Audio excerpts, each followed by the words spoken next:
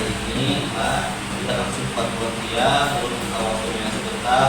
Jadi ini topik yang belum juga perlu kita ketahui ya. Siapa tahu ini nanti kan ketika kemudian nanti menjadi pemimpin dalam suatu komunitas atau sekolah, kemudian bisa mengaplikasikan topik yang satu ini. Oke, jadi hari ini disini mau sharing dengan rekan sejawat. Siapa lagi lu kalau bukan bagian sejawatnya ya. Nah, jadi tujuannya hari ini adalah sebagai pengetahuan tentang pengelolaan sumber daya sekolah sehingga dapat mengenali aset-aset sekolah yang dapat dimaksimalkan. Nah, kemudian kita mulai dengan sekolah. Jadi sekolah ini bisa diibaratkan sebagai ekosistem kan. Nah, kita tahu kalau ekosistem ini kan di dalamnya ada faktor biotik dan abiotik. Ada yang tahu faktor biotik dan abiotik itu apa? Faktor biotik itu berkaitan dengan abiotik itu berkaitan dengan sesuatu yang tadi. Oke, berarti apa namanya biotik itu ada yang hidup, sedangkan yang abiotik adalah yang tidak hidup. Mereka itu berada dalam suatu wadah ya atau suatu lingkungan atau habitat di mana keduanya itu bisa saling berinteraksi atau saling berperan satu sama lainnya. Nah, apa namanya?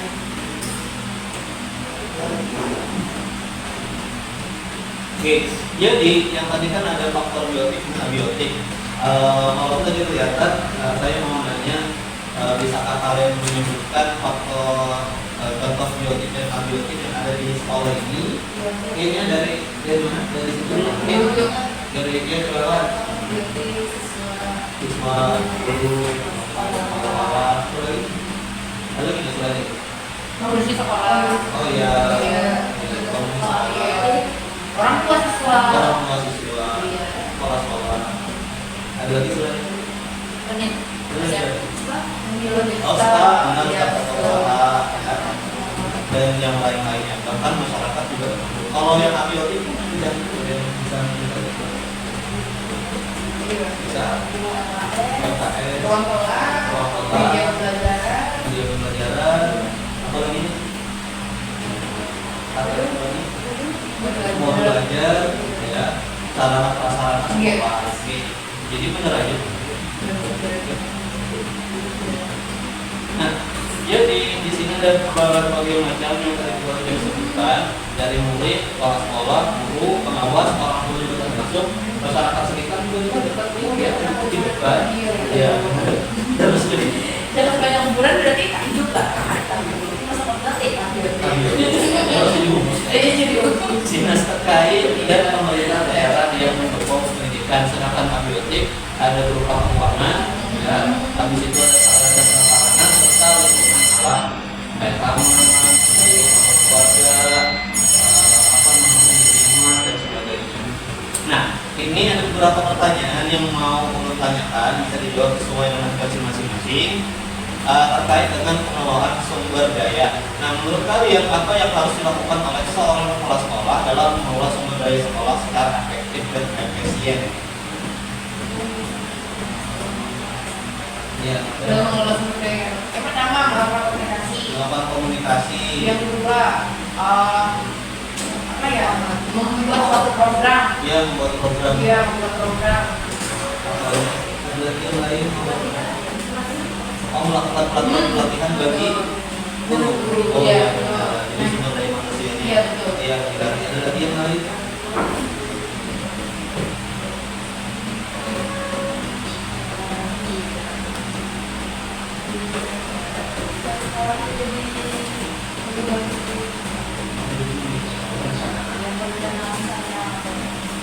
Satu kita yang makan. Oh iya. Iya.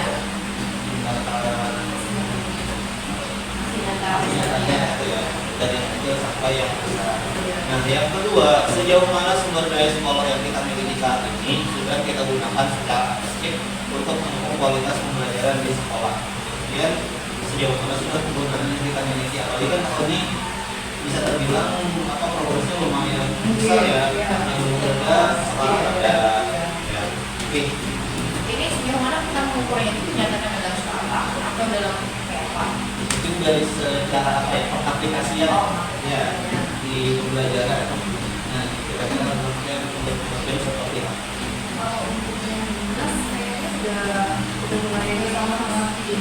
sudah membaik lah. Iya.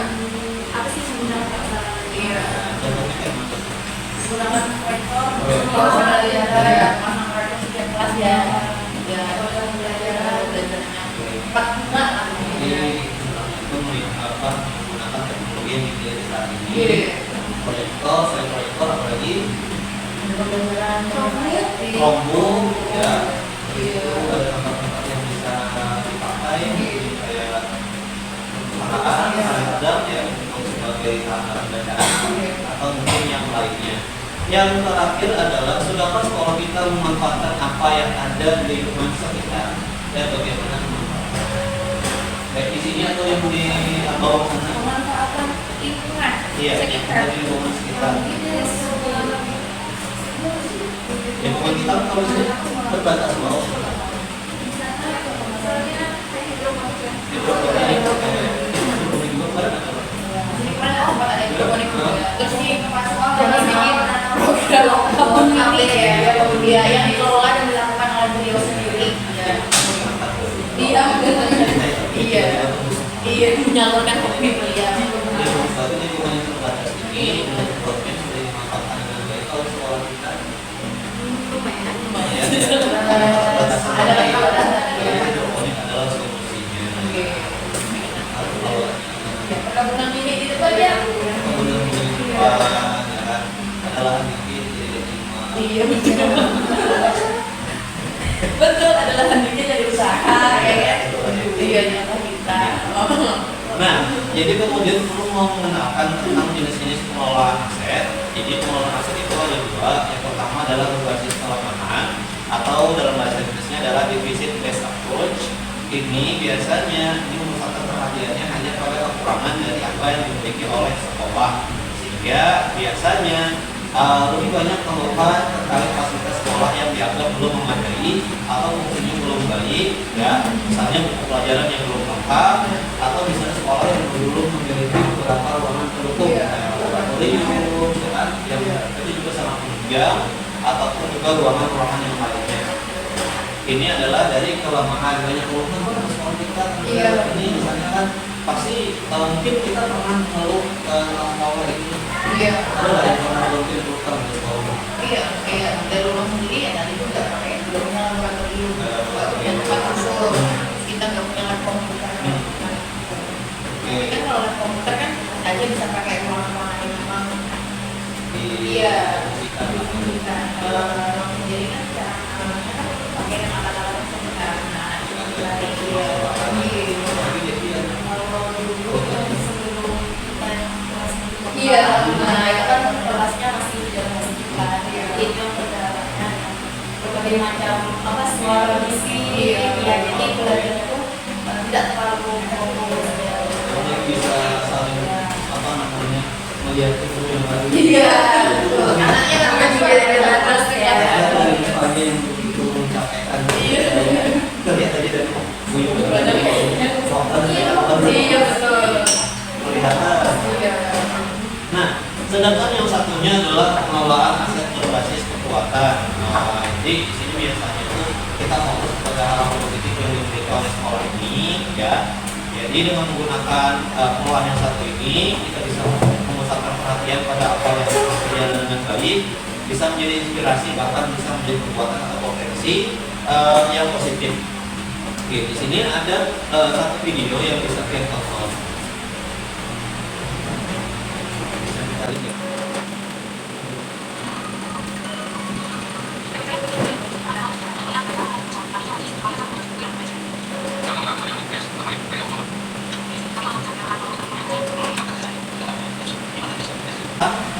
Perpisahan. Perpisahan Iya. dari dua sisi video yang berbeda. Iya. Orang-orangnya sama, cara berkaitnya berbeda kan.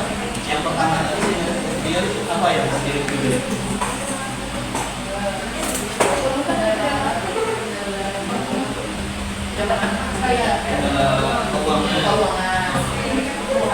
Keuangan. Keuangannya tadi ada Kalau yang mau yang dulu apa doang. pakai uang. Jadi video pertama adalah tentang keuangan.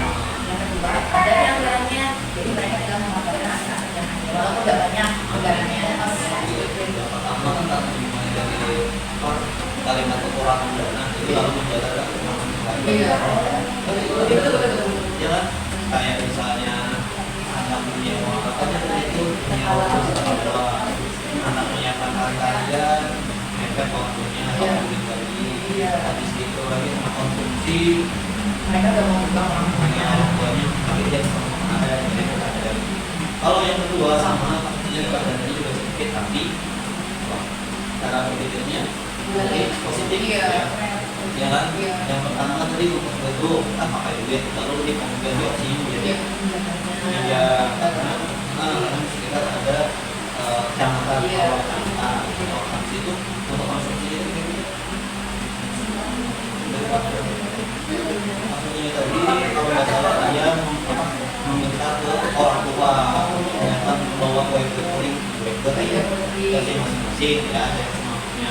Habis itu lagi untuk yang kerasnya ya dia bangku di paku pakai garasi Pakai saus lagi yang masih ada. ya makanya dia masih ada mungkin orang tua ada masih bisa lagi.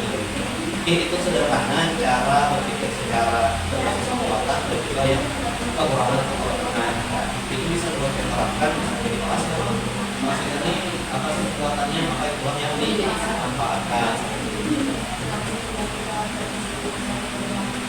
Nah terus kemudian bagaimana dengan sekolah kita sendiri? Kalau kita berbasis kekuatan, apa aja bentuk kekuatan dari sekolah kita saat ini? Kekuatan dari sekolah kita, dananya. Iya. Dan ini kayak itu jadi Iya. Ada dana orang tuanya. Iya. Orang tuanya enak aja dia ada kerjasama atau kekuatan. Sama juga. Iya. Nah tapi kalau sebaliknya berbasis kelemahan,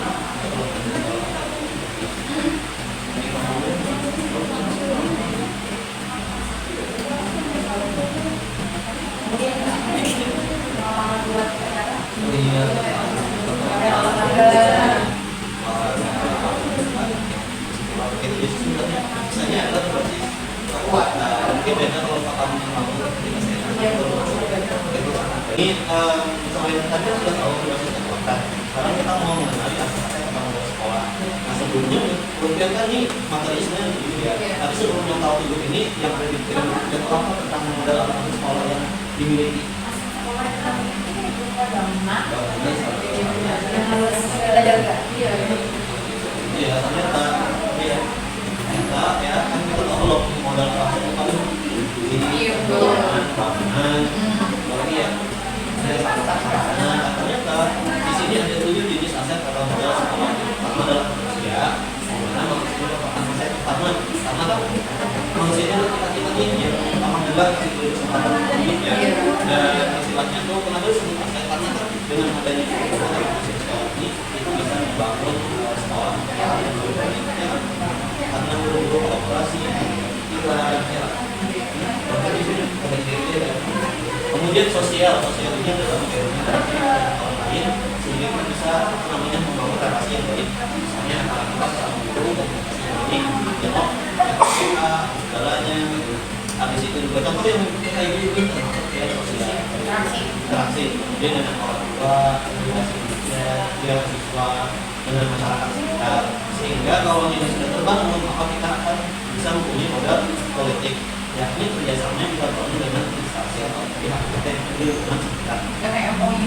MOU bukan apa aja yang sudah pernah kita jadi kerjasama selama instansi apa saja. Perusahaan.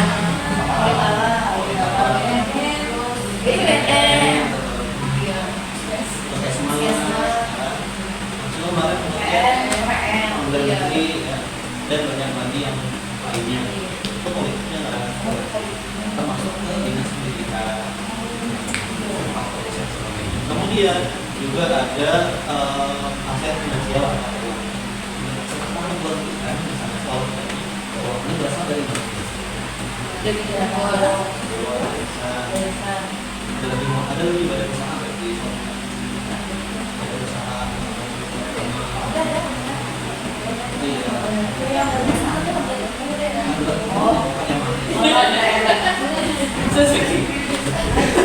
Ferrari. Ducati.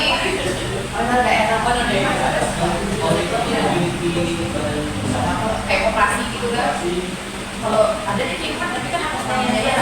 Iya, bukan SMP. Iya. Oke, berarti ya harus Iya. habis itu ada mengatakan apa ya sekolah kita Islam dengan aliran apa? Itu apa? Kalau sama jamaah sewajar. oh enggak mau gitu ya ada sekolah ini Tapi lebih kentalnya asimilasi.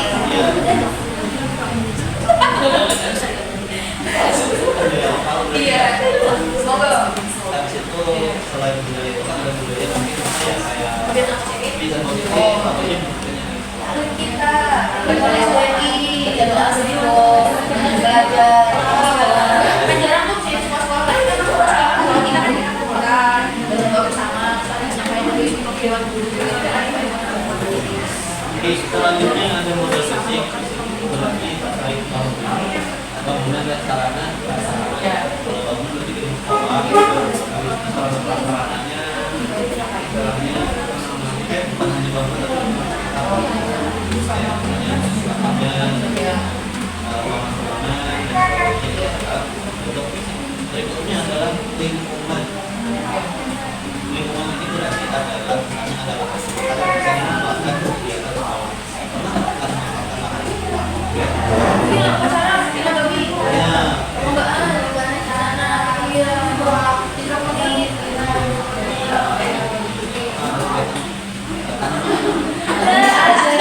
Ada yang depan, nanti bisa divideokan ya, ada kegiatan sekolah kita secara mandiri dan sebagainya sudah mulai. Iya, kiranya 2 kali sehari pagi sore. Iya, tujuan sini 1,1 kilo ya. video kita sudah tahu ya kan? Iya. Oke, berarti tadi kita sudah tahu berbagai aspek yang ada di sekolah tadi. Walaupun sebenarnya lu mau buat game bisa menuliskan atau tulis akan sekali tapi secara dari kata kita sudah bisa disebutkan. banyak orang bisa kasih.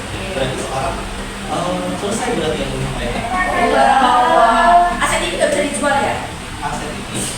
Ini kan modal aset, jadi ibaratnya kalau kayak bangunan itu nggak bisa dijual. Jangan dong, ya kayak usaha masuk aset kan? Harusnya kita rutin konsumsi.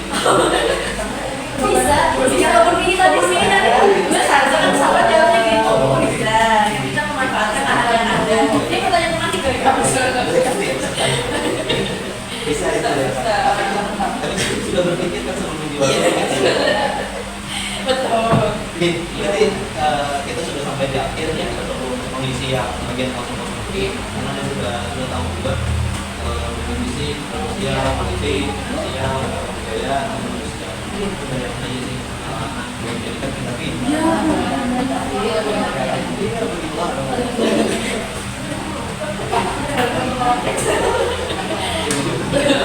Oke, jadi berikutnya di sini saya ingin membagikan kertas yang berisi lembar